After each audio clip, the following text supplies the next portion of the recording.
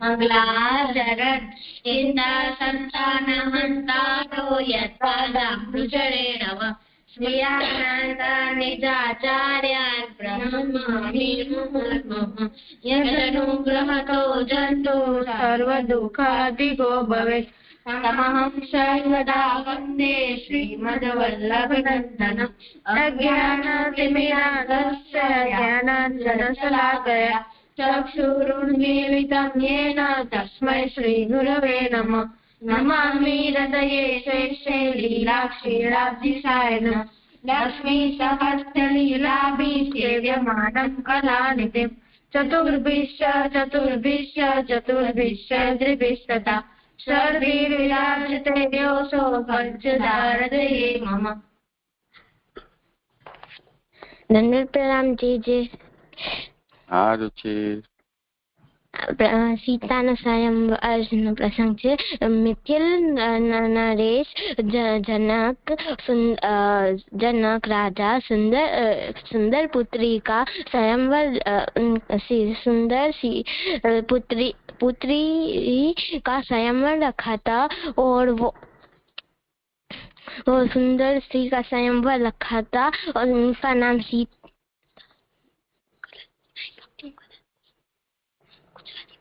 उनका नाम क्या था?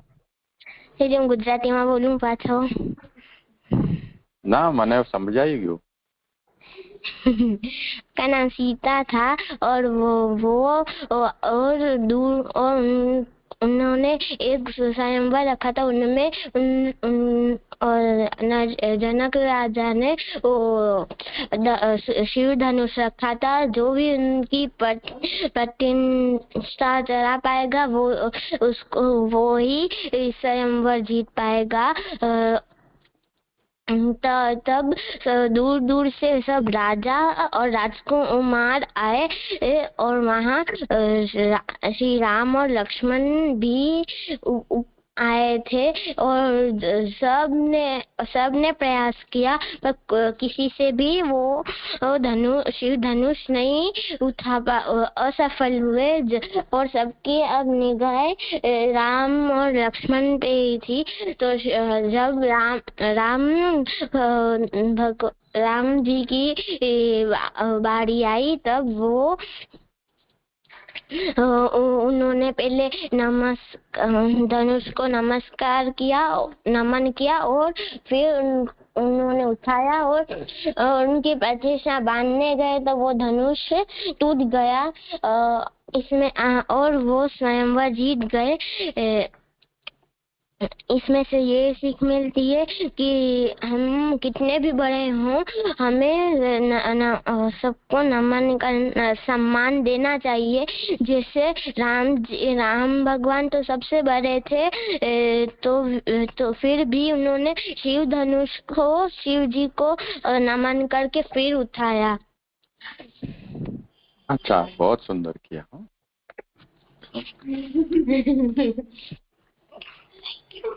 मेरे थैंक यू हो गया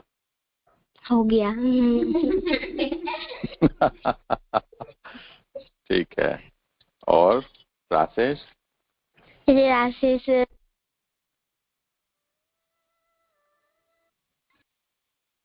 अवाज नहीं આવી રહ્યો।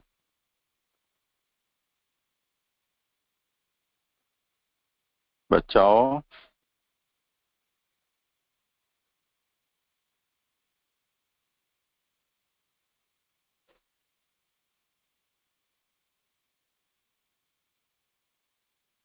તમારો અવાજ નથી આવી રહ્યો।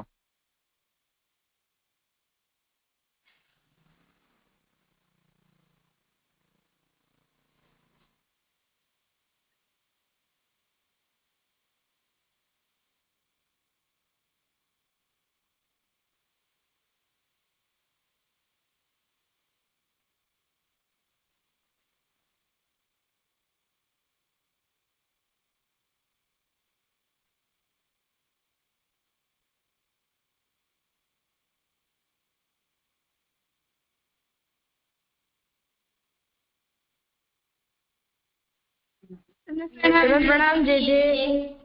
हाँ क्या भागी जाओ छो वच्चे वच्चे? ફોન આવ્યો તો હવે કટ થઈ ગયો. ચાલો શાંતિ. હા હવે શું કરીશું? હું કીર્તન કરવાનું છું. હે હા ચાલો કર. રાવલ में जय जय रावल में जय जयकार आज रावल में जय जयकार भगते भाई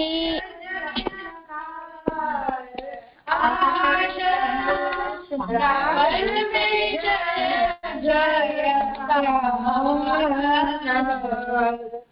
प्रगट भई वृषभान गोप के श्री राधा अवतार आज रावल में जय जयकार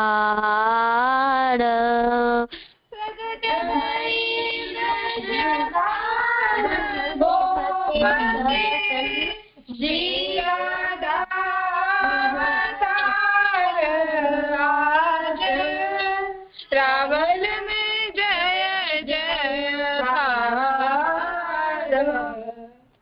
गृह गृह ते सब चली वेगे दे गावत मंगल चार गृह गृह ते सब चली वेगे दे गावत मंगल चार प्रगट भई त्रिभुवन की शोभा रूप राशि सुख सार आज रावल में जय जयकार प्रगट भई त्रिभुवन की शोभा रूप राशि सुख सार आज रावल में जय जयकार नित गावत करत बधाई भरी भाई अति बदार नित गावत करत बधाई धीर भई अति द्वार बलमानंद वृषभानंदिन की दिनी जोरी नंदुला दुलार आज रावल में जय जयकार परमानंद वृषभानंदिनी जोरी नंद आज रावल में जय जयकार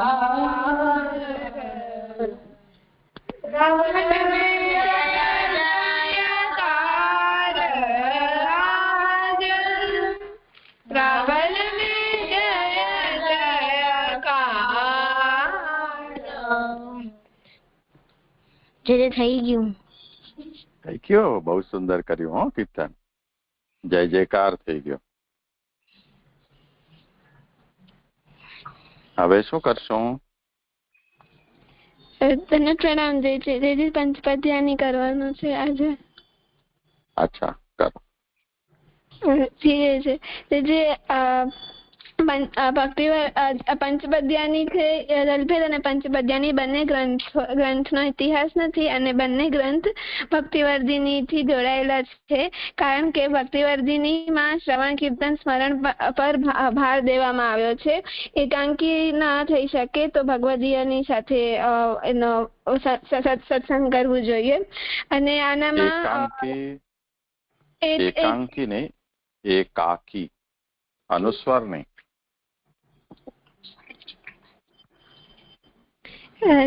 જે એકાકી ન થાય તો પછી કોઈ ભગવદીયના સંગથી કોઈ ભગવદીય સાથે સત્સંગ કરીને કરવો જોઈએ.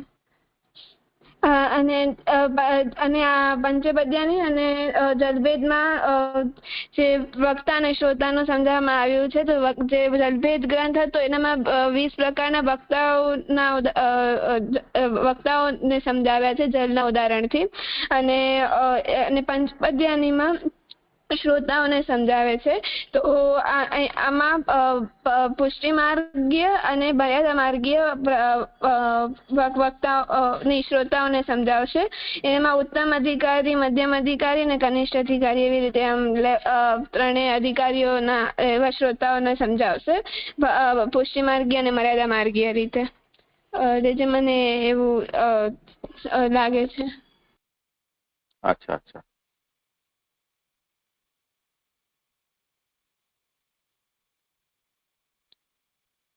તમને જે ગુજરાતી અનુવાદની પુસ્તક છે એમાં જે રીતે છે તે રીતે આ તે કહ્યું છે કે સ્વતંત્ર રીતે કહ્યું છે?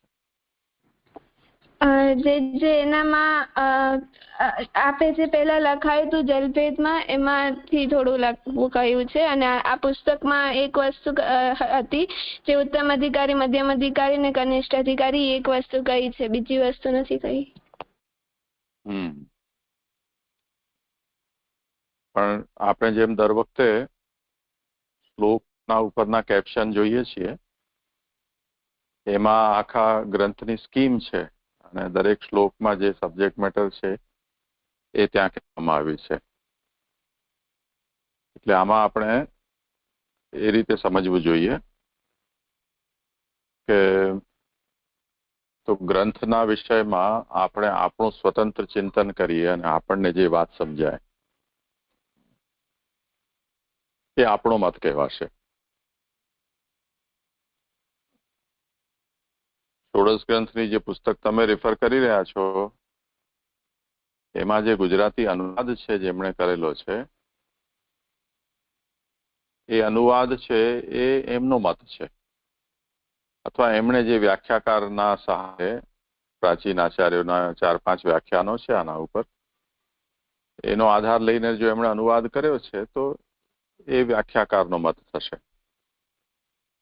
અને આના ઉપર જે કેપ્શન આપેલા છે એટલે કાઉન્સમાં જે ઝીણા અક્ષરથી એ શ્રી શ્યામદાદાએ એની સિનોપ્સિસ એમાં બતાવી છે.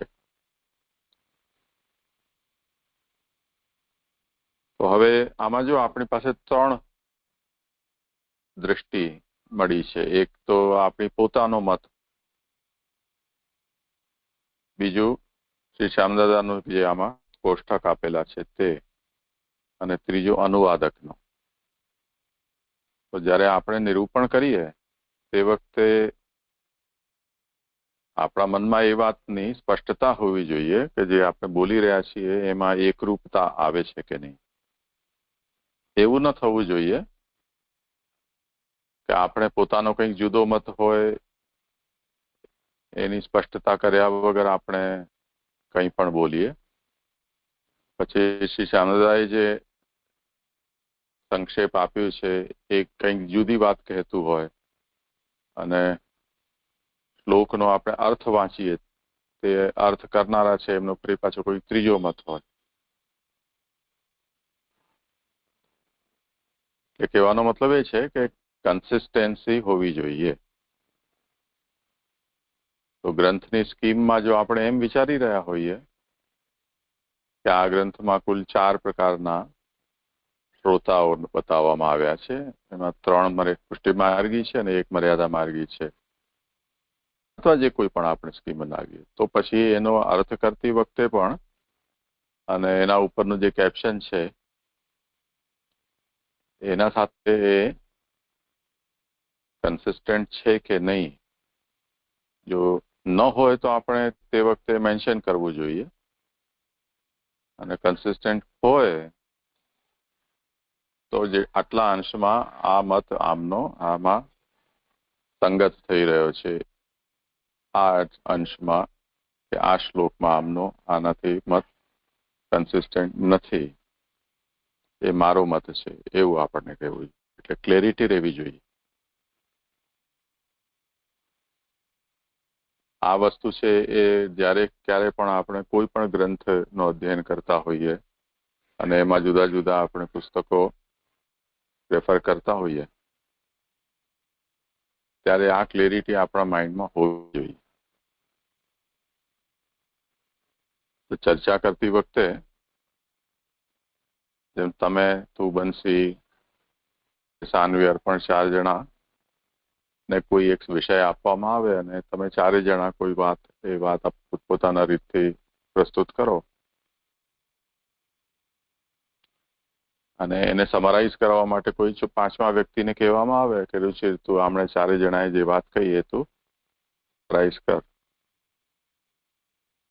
તે વખતે રુચિર ભક્તિનો મત છે એ બંસીના નામે કહી કે બંસીનો મત છે એ આશ્રિતાના નામે કહી દે.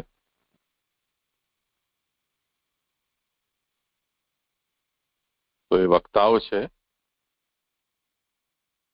એમને એમ લાગે ને કે આ અમારી વાત ખોટી રીતે રજૂ કરી રહ્યા છે.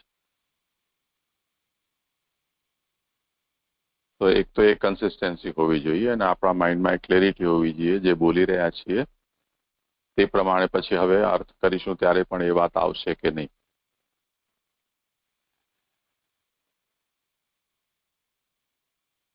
તો જો આપણે એમ કહી રહ્યા હોઈએ કે આમાં ઉત્તમ, મધ્યમ અને કનિષ્ઠ એમ 3 પુષ્ટિમાર્ગીય શ્રોતાઓનું વર્ણન છે અને એક મર્યાદા માર્ગીય શ્રોતાનું વર્ણન છે. તો એ સ્કીમ પ્રમાણે પછી હવે અર્થ અને વિવેચન પણ આપણને કરવાનું રહે. પણ જો ધ્યાનથી વાંચશે તો તમને ખ્યાલ આવશે કે શ્રી શ્યામદાદાએ જેનો સંક્ષેપ આપ્યો છે એમાં એમનો એવો મત નથી. એમણે ઉત્તમ, મધ્યમ અને કનિષ્ઠ, પુષ્ટિમાર્ગી અને ચોથો શરણ માર્ગી એમ કુલ 4 પ્રકારના શ્રોતાઓનું નિરૂપણ આ ગ્રંથમાં છે એવી રીતે સમજાવ્યું છે ગ્રંથ. અને ગુજરાતી અનુવાદ જેમણે કર્યો છે એ તમે વાંચશો એ મને ખ્યાલ નથી અત્યારે કે એમણે શું અર્થ કર્યો છે, પણ એ જે તે તો આ વાતને આપણે બધાએ તમે જે અધ્યયન કરો છો એમણે પણ આ ધ્યાનમાં રાખવી જોઈએ જેથી નિરૂપણ કરનાર ના સાથે અન્યાય ન કરી બેસીએ. આપણે એમના મતની શુદ્ધ પ્રસ્તુતિ કરવી જોઈએ. અને આ કેમ કે મિશ્રિત રૂપથી આમાં છે એટલે અનુવાદ કોકનો છે અને શ્લોક ઉપરની જે સમરી આપવામાં આવી છે શ્રી શ્યામદાદાની છે. તો 2 તો અલગ અલગ આમાં ઓથર છે એટલે બંને ઓથરને આપણે અલગ અલગ એમના વિચારોને સમજવા પડશે. તે પછી જો આપણને કોઈ ત્રીજી વાત જણાતી હોય જે આ બંનેથી અલગ હોય તો એ પછી આપણી વાત થઈ જશે. એક તો આ વાત આ ગ્રંથમાં પણ અને બીજે પણ બધી જગ્યાએ જ્યારે જે કંઈ પણ વિષય આપણે સાંભળીએ કે વાંચીએ કે ચર્ચા કરીએ એ દરેકમાં ખાસ સાવધાની રાખવી જોઈએ. બીજી વસ્તુ એ છે કે આને આપણે પૂર્વના ગ્રંથ સાથેનો જે સંબંધ આપણને બતાવવો છે તો જલભેદ સાથેનો સંબંધ તો બતાવી દીધો. જલભેદમાં વક્તાના પ્રકારોનું વર્ણન છે અને પંચપદ્યાની ગ્રંથમાં શ્રોતાના પ્રકારો વર્ણિત છે. વક્તા શ્રોતા હોય ના વક્તા ન બની શકે કોઈ, અને વક્તા ન હોય તો કોઈ શ્રોતા ન કહેવાય. એટલે બંને સાપેક્ષ છે. એટલે હું બોલી રહ્યો છું તો તમે શ્રોતા છો, તમે બોલો છો તો હું શ્રોતા છું.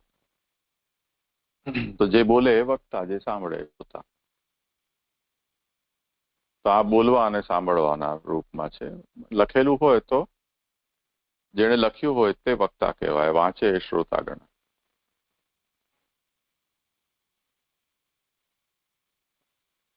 તો વક્તા અને શ્રોતાનો જે સંબંધ છે એ કેવલ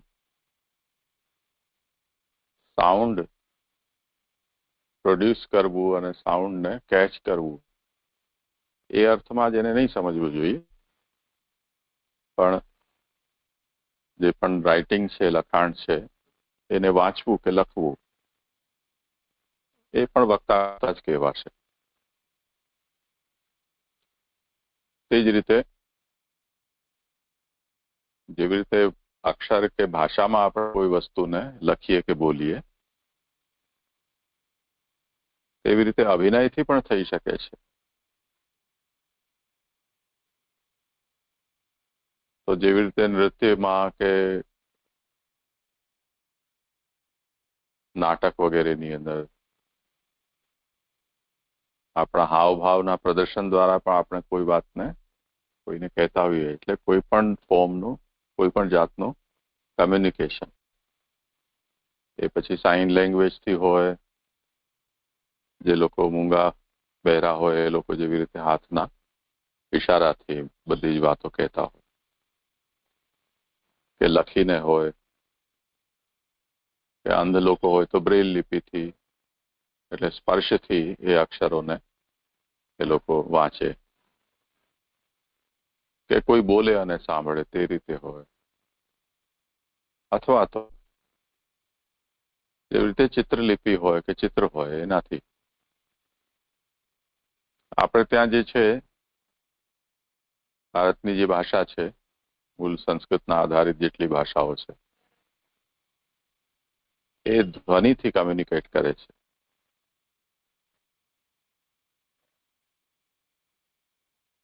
પણ જે ઉત્તર અને પૂર્વના પ્રદેશો છે, એટલે ચીન કે જાપાન વગેરે, એ લોકોની જે લિપિ છે એ ચિત્રલિપિ છે. એમના પાસે અક્ષરો નથી. એ લોકોએ અમુક 300-400 પ્રકારના ચિત્રોને આઈડેન્ટિફાઈ કર્યા છે. એના કોમ્બિનેશનથી એ લોકો પોતાની વાત છે બીજાને સમજાવે છે. એટલે સાઉન્ડ તો છે, એનો ઉચ્ચાર કરવાનો પ્રકાર છે, ચીંચું ચાંચું જે કંઈ પણ એ લોકો બોલતા હોય તે આપણને તો બહુ સમજ ન પડે. એમાં વાસણ પડતા હોય એવો અવાજ આવે આપણને, પણ એ લોકો સમજી જાય છે જે કહેવા માંગે છે તે. પણ એમની જે લિપિ છે, બોલીને જ્યારે લખીને વ્યક્ત કરવાનું સાધન છે, એ એમની ચિત્રલિપિ કહેવાય છે. આપણે ત્યાં ચિત્રલિપિ નથી, આપણે ત્યાં ધ્વનિઓ છે, વર્ણ જેને કહેવાય છે. તે જ રીતે એની માત્રાઓ છે અને સ્વરો છે. તો વર્ણ, સ્વર અને માત્રા એને મિલાવીને આપણે અમુક પ્રકારનું સાઉન્ડ પ્રોડ્યુસ કરીએ છીએ કે લખીએ છીએ. એનાથી અર્થ કન્વે થાય છે.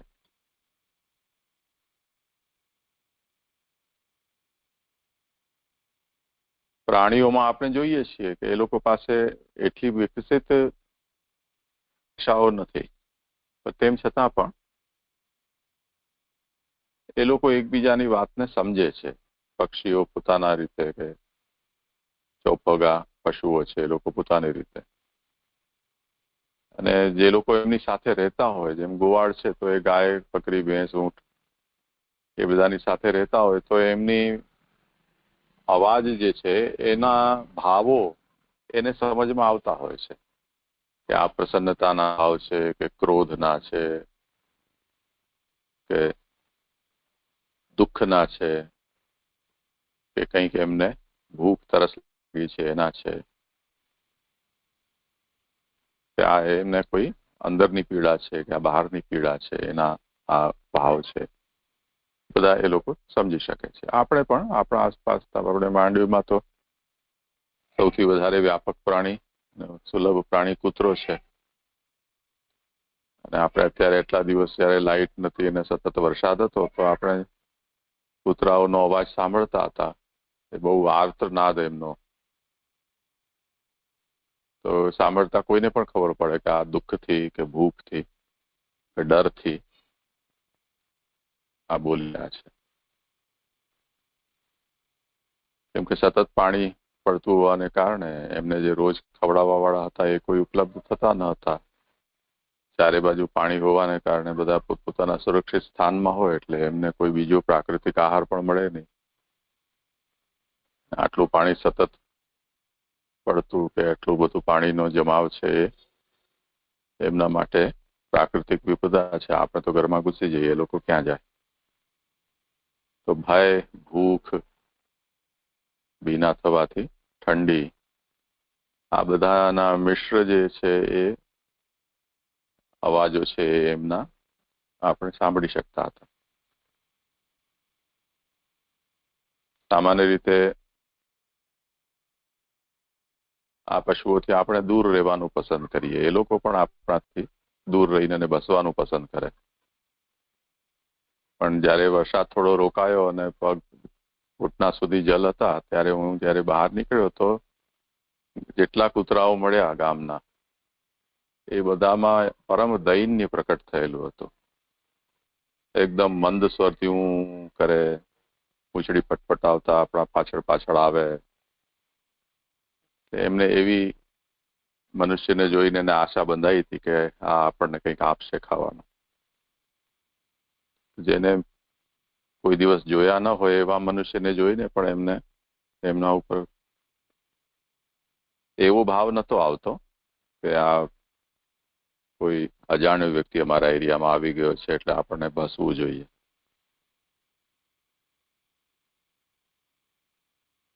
તો આ બધી જે ભાષાઓ છે એ ભાષાઓને આપણે સમજી શકીએ છીએ, જે જેટલા અંશમાં સમજે તે અંશમાં. આને જ આપણે વક્તા અને શ્રોતાના રૂપમાં કહીએ છીએ. એમાં શબ્દ અને અર્થ, જે કંઈ પણ મીન્સ ઓફ કમ્યુનિકેશન છે, જેને આપણે લેંગ્વેજ કહો, ભાષા કહો, ચિત્ર કહો, એનું એક પોતાનું ફોર્મ છે જે અત્યારે આપણે ગણાવ્યા.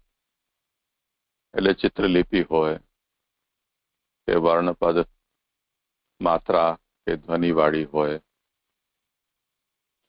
કે આંગિક અભિનયના રૂપમાં હોય, આ બધા એના માધ્યમો છે. અને એ જે માધ્યમો જેના માટે છે એ એનો અર્થ છે. એટલે મિનિંગને કન્વે કરવો, એટલું વર્ડ અને મિનિંગ, શબ્દ અને અર્થ, અભિનય અને એના પાછળનો ભાવ, ઇમોશન.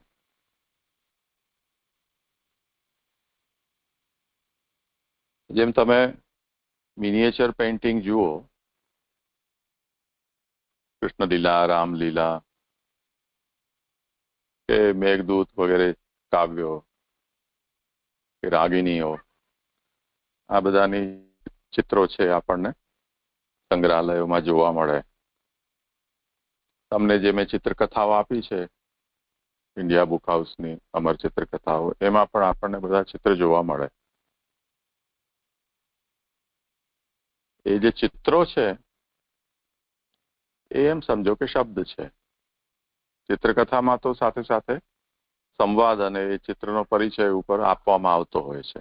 માનો કે એવું કંઈ પણ નથી અને ચિત્ર માત્ર છે.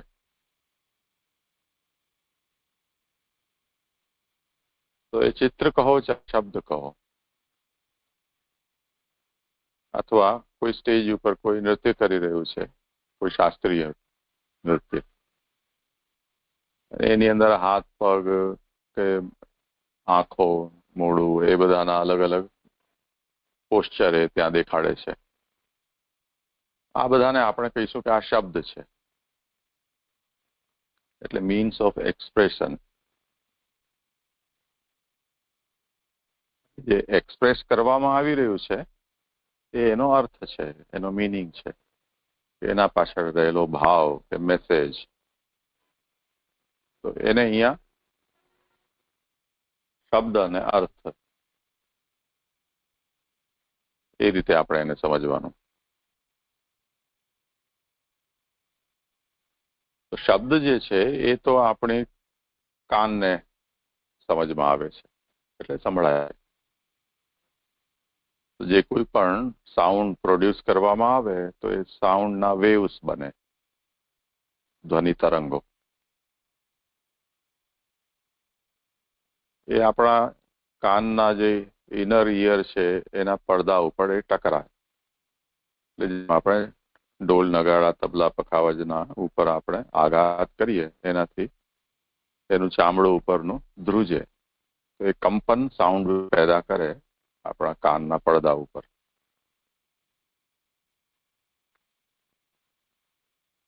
એ જે કંપન છે એ પડદા પાછળ રહેલા જે હાડકાઓ છે, ઝીણા ઝીણા 3-4, એને કંપન પેદા કરાવે. એની સાથે જે નર્વ્સ જોડાયેલા છે બ્રેન સુધી,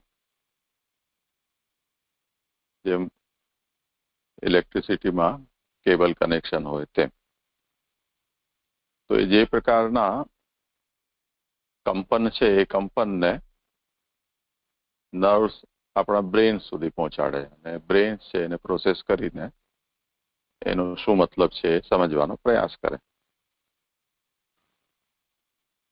તો શબ્દ જે છે એ તો કાન સાંભળે છે. આપણું જે બ્રેન છે એ શબ્દ નથી સાંભળતું. એના એટલે શબ્દ સાંભળે છે પરંતુ એના સુધી શબ્દ રૂપમાં એ નથી પહોંચતું, પરંતુ એ કંપનના ટ્રાન્સલેટેડ ફોર્મમાં એ પહોંચે છે, જેને એ પ્રોસેસ કરીને એના અર્થને સમજવાનો પ્રયાસ કરે છે. તો કાન સાંભળે છે, કાનનો વિષય શબ્દ છે, અર્થ કાનનો વિષય નથી. એટલે માનો કે કોઈ વ્યક્તિ કાનના પડદા પાછળનું જે હાડકું છે એને પડદા સાથેથી કનેક્શન હટાવી દેવામાં આવે, જેમ મોટાભાગના બહેરા લોકો સાથે એવું થતું હોય. તો કાનના પડદાઓ તો ધ્રુજતો હોય, પરંતુ એનાથી બ્રેન સુધી પહોંચાડવા માટે, એટલે બ્રેનને સિગ્નલ આપવાની સિસ્ટમ છે એ ખરાબ થઈ જાય. તો જેમ પહેલાના સમયમાં કેબલ વાળા ફોન આવતા, એમાં કેબલ જો બહાર પોલ ઉપરથી તૂટી ગયો હોય તો ફોન ભલે ને ગમે તેટલો રૂપાળો સાજો સમજતો હોય, પરંતુ ન તો અવાજ આવે ન અહીંયાથી જાય. તો અર્થબોધ ન થઈ શકે. એટલે બ્રેન જે છે એના સુધી સાઉન્ડ નથી પહોંચતું, એના સુધી સાઉન્ડના બીજા ફોર્મમાં એ પહોંચે છે. તો શબ્દ અને અર્થ.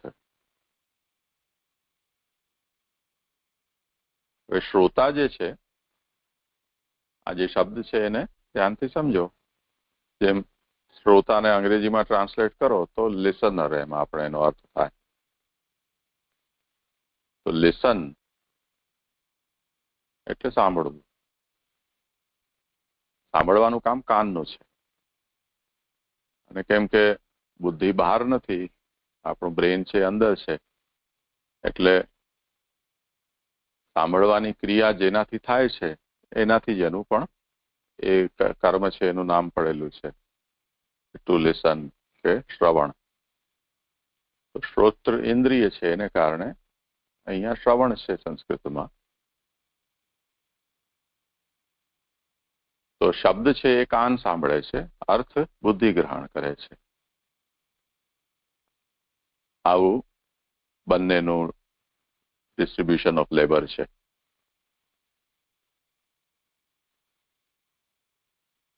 હવે એમાં શ્રોતા જે છે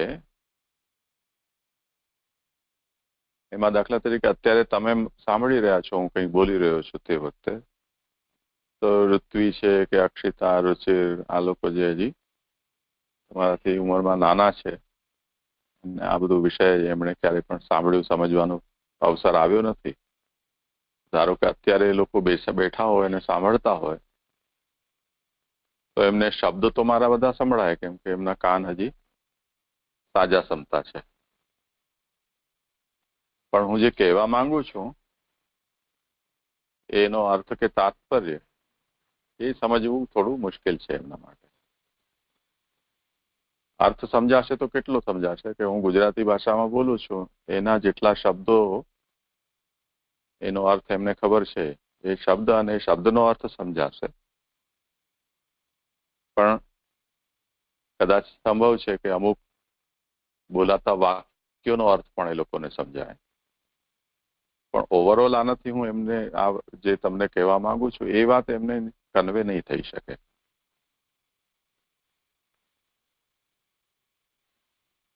પણ કેમ કે એમને શ્રવણમાં આદર છે કે આપણને મહાપ્રભુજીની વાતને સાંભળવી જોઈએ,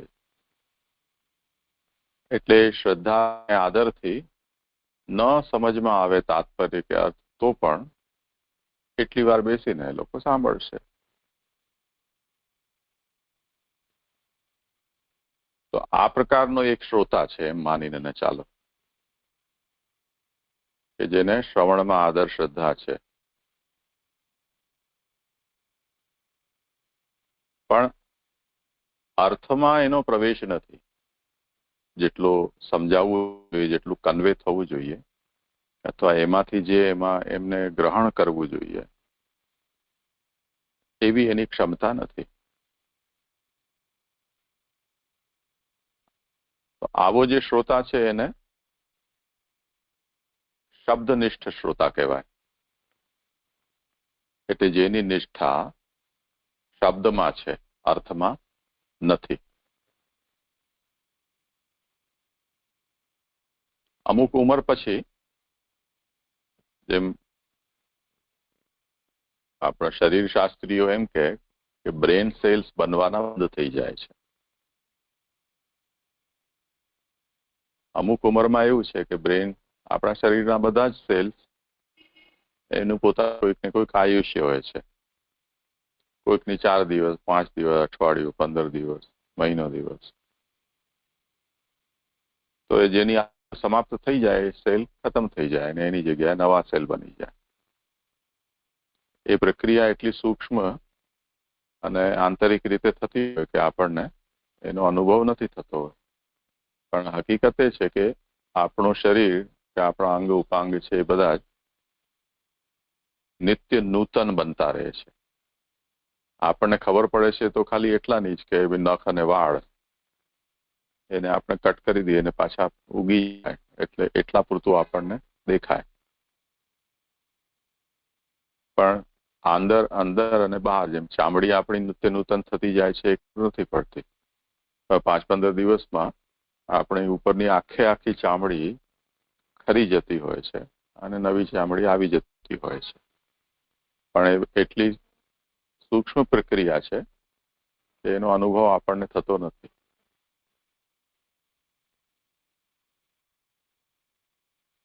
તો શબ્દનિષ્ઠ અને અર્થનિષ્ઠ એક શ્રોતા એવો છે કે જે શબ્દનિષ્ઠ છે, એટલે એને શ્રવણમાં શ્રદ્ધા આદર હોઈ શકે પરંતુ અર્થમાં એનો પ્રવેશ નથી.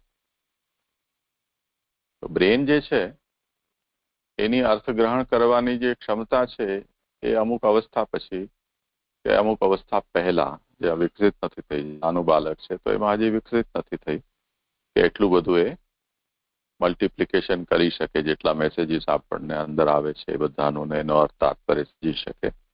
તો નાની અવસ્થા હોય ત્યારે અમુક વાત સમજમાં નથી આવતી અને અમુક વસ્તુ છે અવસ્થા વધારે થઈ જાય ને બ્રેન સેલ્સ હવા આવવાનું બંધ થઈ જાય તો એ મલ્ટિપ્લિકેશન કરવા માટેના એના જે અંદરના સાધનો છે એ ટૂંકા પડી જાય, એટલે એ પ્રોસેસ ન કરી શકે એ બધા. એનું સરળ ઉદાહરણ હું આપું તમને કે તમે આજકાલ જે ફોન કે લેપટોપ વગેરે વાપરીએ છીએ એની હાર્ડ ડિસ્ક એટલે એની મેમરી સ્ટોરેજ અને એને પ્રોસેસ કરવા માટેની જે રેમ, કોઈક જમાનામાં સ્ટોરેજ કેપેસિટી એટલી ઓછી હતી, એટલા પૂરતી જ રેમ પહેલા ફોનમાં આવતી.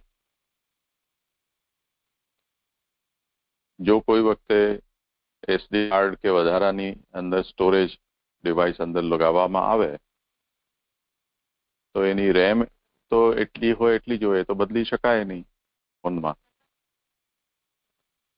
તો જો સ્ટોરેજ તમે વધારી દો તો રેમને એ સ્ટોરેજમાં જેટલો ડેટા છે એ કેપેસિટીથી વધારે હોવાને કારણે એને પ્રોસેસ ન કરી શકે, એટલે બહુ સ્લો થઈ જાય. ફાઇલ ખુલે નહીં, મોટી વિડીયો ફાઇલ હોય કે એચડી ઇમેજ હોય કે બહુ મોટી ટેક્સ્ટ ડોક્યુમેન્ટ ફાઇલ હોય કે પીપીટી હોય, કેમ કે એના માટે હજી એ રેમ સફિશિયન્ટ નથી. તો જે નાના બચ્ચાઓ છે એ લોકોના કિસ્સામાં એમ સમજવું જોઈએ કે એમની રેમ છે એ હજી જોઈએ એવી ડેવલપ થયેલી નથી, એટલે અર્થબોધ એમને નથી થતો. પછી જેમ નેક્સ્ટ જનરેશનના ડિવાઇસ આવતા થયા જેની અંદર સ્ટોરેજ પણ જેમ વધ્યું તેમ તેમ એની રેમ પણ વધારતા ગયા. પણ આપણા બધાના કિસ્સામાં આપણે અનુભવ કર્યો હશે કે આજે આપણી પાસે ભલે વધારે સ્ટોરેજ વાળા ડિવાઇસ હોય અને વધારે રેમ પણ હોય એની, પણ રેમને કામ કરવા માટે થોડી ફ્રી સ્પેસ જોઈએ. જેમાં આપણને કચરો ઘરનો સાફ કરવો હોય તો સાવરણી ફરી શકે એટલી જગ્યા તો જમીનમાં જોઈએ ને. એટલો કચરો પડ્યો હોય કે સાવરણી જ ન ફરે તો કચરો ક્યાંથી કાઢવો? અથવા કોઈ વસ્તુને ગોઠવવી છે તો ગોઠવવા માટે પણ એક વસ્તુને હટાવો એની જગ્યાએ બીજું મૂકવો એટલી સ્પેસ તો જોઈશે જ. જો એ સ્પેસ ન હોય તો તમે ગોઠવી પણ ન શકો. તો જ્યારે આપણી ડિવાઇસમાં એટલી બધો ડેટા ભરાઈ જાય કે રેમ બિચારી ચાહે તો પણ એને પ્રોસેસ ન કરી શકે, તો એ સ્થિતિમાં ડિવાઇસ છે ઓવરહીટ થઈ જાય, ફેલ થઈ જાય કે જામ થઈ જાય કે એકદમ હેંગ થઈ જાય.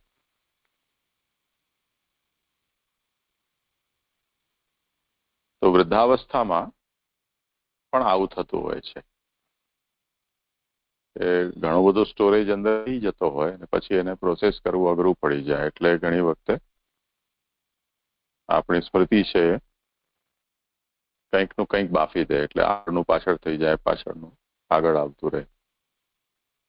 એ વ્યક્તિના નામ સામે ઉભો હોય માણસ તો ઉભો કોક હોય ને નામ કોકનું બોલી દે. તો આ બધું જે છે એ અવ્યવસ્થા છે એ થઈ જતી હોય છે. તો તાત્પર્ય એ છે અહીંયા કે એક શબ્દનિષ્ઠ શ્રોતા છે, એટલે જે શબ્દના અર્થને પ્રોસેસ કરવામાં જેમને હજી જોઈએ એટલું સામર્થ્ય નથી. બીજી તરફ એનાથી રિવર્સ અર્થનિષ્ઠ શ્રોતા હોય. અર્થનિષ્ઠ જે શ્રોતા છે એનો શબ્દ ઉપર એટલો આગ્રહ નથી હોતો.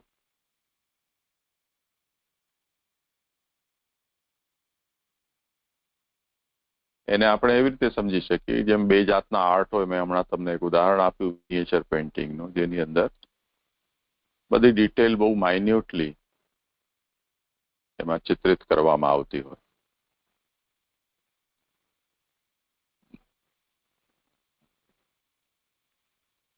જેમ માની લો કે કોઈ કૃષ્ણ લીલાનું નિરૂપણ છે, દાવાગ્નિ પાન સમજી લો, ઠાકોરજીએ દાવાનલ જંગલમાં ગાયો ચરાવવા પધાર્યા અને હવાનલ ફાટી નીકળ્યો, જંગલમાં આગ લાગી ગઈ, બધા ડરી ગયા. તો એમણે વિનંતી કરી, બચાવો બચાવો. ઠાકોરજી કહ્યું આંખ બંધ કરી દો, કેમ કે ઠાકોરજી નું મુખ અગ્નિ સ્વરૂપ છે. તો ભગવાને એ અગ્નિ પોતાના મુખમાં સમાવવા માંગતા હતા, પણ એ દ્રશ્ય જોઈ શકવું એ સખાઓ માટે બેરેબલ ન હતું. એટલે ઠાકોરજીએ કહ્યું તમે આ જોતા નહીં, આંખ બંધ કરો. અને પછી દાવાગ્નિ પાન કર્યું. આનું માન લો કે ચિત્ર બનાવવું છે. મિનિએચર પેઇન્ટર છે, એને જો આપણે આપીએ તો એ મુખમાં દાવાગ્નિનું પાન કરી રહ્યા છે એવું તો એ બનાવશે. સખાઓ આંખ મીચીને ઉભા છે એવું પણ બનાવી દેશે. પણ એમાં શ્રી ઠાકોરજીએ જેટલા પણ ગોચારણ માટે પધારે તે વખતે શ્રીઅંગ ઉપર વસ્ત્ર, આભૂષણ સાથે કઈ ભોજનની સામગ્રી, આ બધી જ ડિટેલ એની અંદર એ ડ્રો કરશે. માલા ધરી છે શ્રીઅંગ ઉપર, તો માલા એમાં જે કંઈ પણ પદક જડાવવું હોય તો જળતરના પદક, ચરણમાં કંઈ ધર્યું છે તો તે પણ, વસ્ત્ર છે તો એની જે સળ વગેરે તે, આજુબાજુ જે બળતું અને ન બળતું હોય તે બધું, બધી ઝીણી ઝીણી વસ્તુઓ. જેમ ફોટોગ્રાફિક મેમરી કોઈની હોય ને, કેવી રીતે બધી ડિટેલ એમાં લઈ લે અને પછી એને આપણે પ્રિન્ટ કરી શકીએ. અને તે ઉપરાંત પોતાની કલ્પના શક્તિ હોય એ પણ એની અંદર ઉમેરે. હવે એ જ વસ્તુ છે એ જો એબ્સ્ટ્રેક્ટ એક આર્ટની વિધા છે. એબ્સ્ટ્રેક્ટ આર્ટનો એવો સિદ્ધાંત છે કે તમને મિનિંગ કન્વે કરવો છે, ડિટેલિંગ છે એ એની લપમાં એ પડતા નથી. વાત સમજી ગયા કે નહીં, તો જેટલું જરૂરી હોય અને જેટલાથી સંકેતથી આ સમજી જવાતું હોય એટલું કરીને એને છૂટી કરો. જે 2, 4, 5 માલા ઓછી પણ ઠાકોરજીને ધરાવો તો શું ફરક પડી જવાનો છે? દાવાગ્નિ પાનની વાત તો તમે વગર માલા ધરાવે ઠાકોરજી દાવાગ્નિ પાન ન કરી શકે છો. તો જે એબ્સ્ટ્રેક્ટ આર્ટ કરતા હોય, જેને મોડર્ન આર્ટ પણ લોકો કહેતા હોય છે, તો એ લોકો પછી આવી બધી લપમાં નથી પડતા.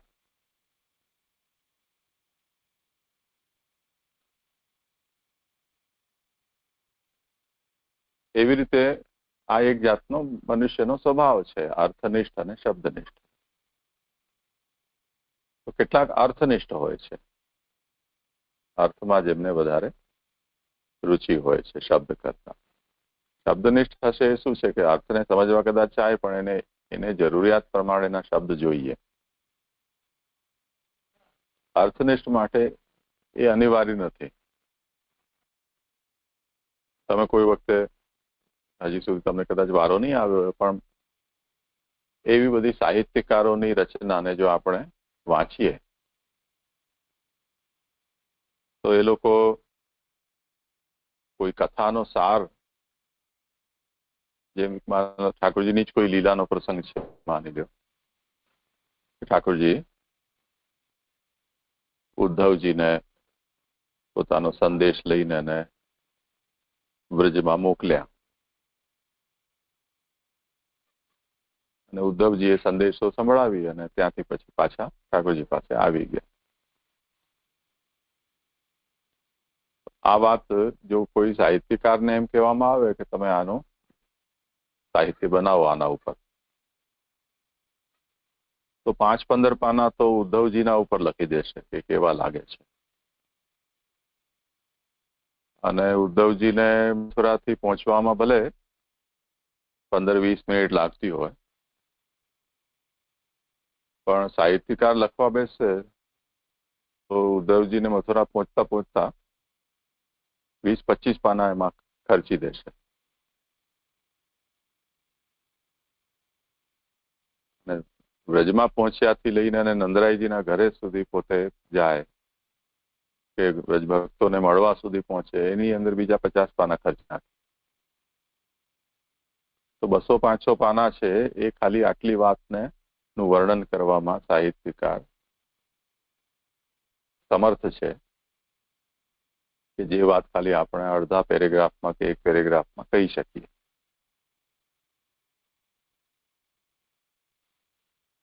હવે આ શબ્દનિષ્ઠ છે ને એવો વર્ગ છે કે જે આ પ્રકારની નવલકથાઓ છે, સાહિત્યિક કથાઓ છે, એના બહુ જ રસિક હોય છે અને અક્ષરે અક્ષર છે ખરા પાછા.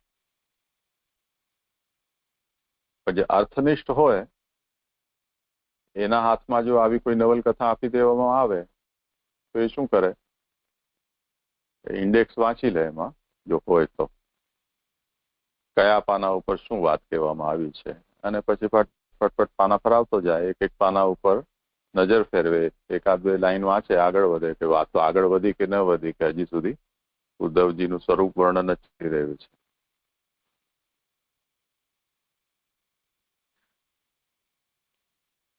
તો આ અર્થનિષ્ઠ છે. અને એક ત્રીજો પ્રકાર જે શબ્દ અને અર્થ બંનેની અંદર સમાન રૂપથી નિષ્ઠા રાખનારો છે એવો શ્રોતા.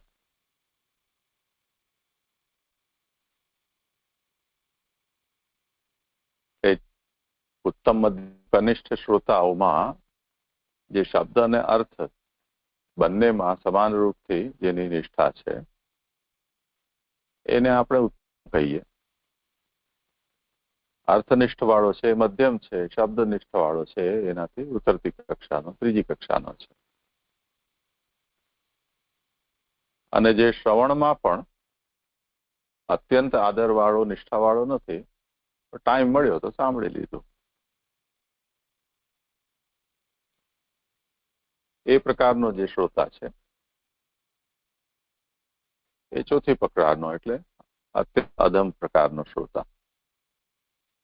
તો શ્રોતાઓને આપણે કઈ રીતે સમજવા, એની કક્ષાઓને, એના ઘણા બધા પ્રકારો છે. એમાં આ એક પ્રકાર છે. તો પંચપદ્યાની ગ્રંથ જયારે આપણે આગળ જોઈશું એક એક શ્લોક એનો, તો એમાં એક દ્રષ્ટિ આ પણ રાખવામાં આવી છે કે શબ્દનિષ્ઠ હોવું, અર્થનિષ્ઠ હોવું, શબ્દ અર્થ બંનેમાં નિષ્ઠાવાળું હોવું, અને ચોથી કક્ષા કે જે શ્રવણમાં પણ અત્યંત આદર નહીં. તો જે અત્યંત આદર નથી એની પછી શબ્દનિષ્ઠા કે અર્થનિષ્ઠા પણ બહુ વિચારણીય રહી નથી જતી. કેમ કે આજે સાંભળ્યું, 5 દિવસ પાછું છુટ્ટી મારી દીધી, પછી છઠ્ઠે દિવસે સાંભળ્યું, ત્યાં સુધી આગળનું ભૂલાઈ ગયું. તો ન તો ત્યાં શબ્દના કોઈ ઠેકાણા પડે ને એના અર્થના કોઈ ઠેકાણા પડે.